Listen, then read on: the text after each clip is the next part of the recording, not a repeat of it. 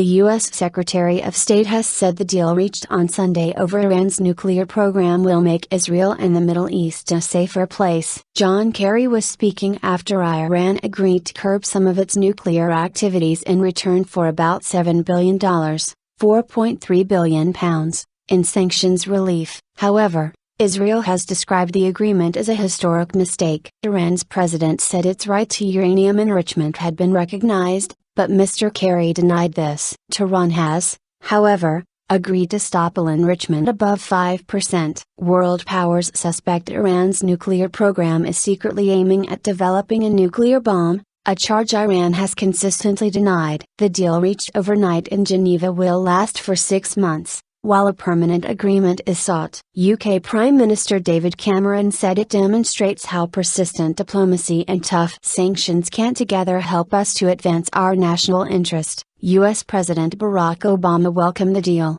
saying it would help prevent Iran from building a nuclear weapon. Larger breathing space. The White House says President Obama has spoken by telephone to Israel's Prime Minister, Benjamin Netanyahu, about the Iran deal. President Obama said Israel had good reason to be skeptical about Iran's intentions, a White House spokesman said. The two leaders reaffirmed their shared goal of preventing Iran obtaining a nuclear weapon, the spokesman said. Earlier, Mr. Kerry told ABC's This Week program that the US and Israel shared the same goal, and that the deal was a first step in making sure Iran could not have nuclear weapons. It leads us into the negotiation so that we guarantee that, while we are negotiating for the tougher provisions, they will not grow the program and their capacity to threaten Israel, he said. Israel will actually gain a larger breathing space in terms of the breakout capacity to make a nuclear weapon of Iran. The U.S. Secretary of State added that he hoped Congress would recognize the benefits of the deal and refrain from passing new sanctions. However,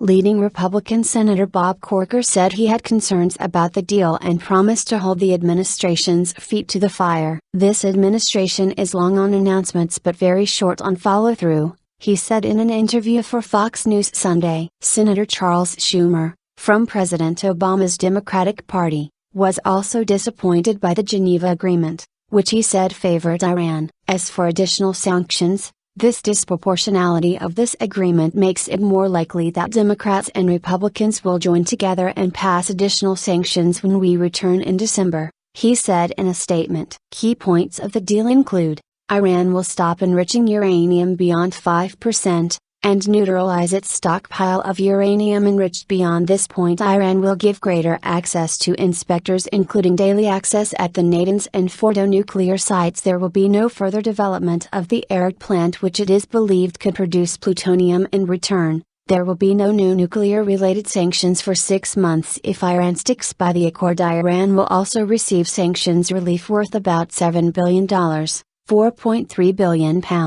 on sectors including precious metals. Israeli Prime Minister Benjamin Netanyahu told his cabinet it was a historic mistake and that his country would not be bound by the agreement. We cannot and will not allow a regime that calls for the destruction of Israel to obtain the means to achieve this goal. Israel has many friends and allies, but when they're mistaken, it's my duty to speak out. The Israeli comments came as it was revealed that the US and Iran had held a series of face-to-face talks in recent months that paved the way for the agreement but were kept secret even from their allies. The talks were personally authorized by President Obama, AP reports, quoting senior US administration officials. In a nationwide broadcast on Sunday, President Rouhani repeated that his country would never seek a nuclear weapon. He hailed the deal, saying it met one of Iran's fundamental principles. No matter what interpretations are given, Iran's right to enrichment has been recognized, he said. Tehran insists it must be allowed to enrich uranium to use in power stations. The deal comes just months after Iran elected Mr. Rouhani, regarded as a relative moderate, as its new president, succeeding the hardline Mahmoud Ahmadinejad. It has also been backed by Iran's supreme leader Ayatollah Ali Khamenei, who has the final say in nuclear matters. After 4 days of negotiations, representatives of the so-called P5+1 group of nations, the US, the UK, Russia, China, France and Germany, reached the agreement with Iran in the early hours of Sunday.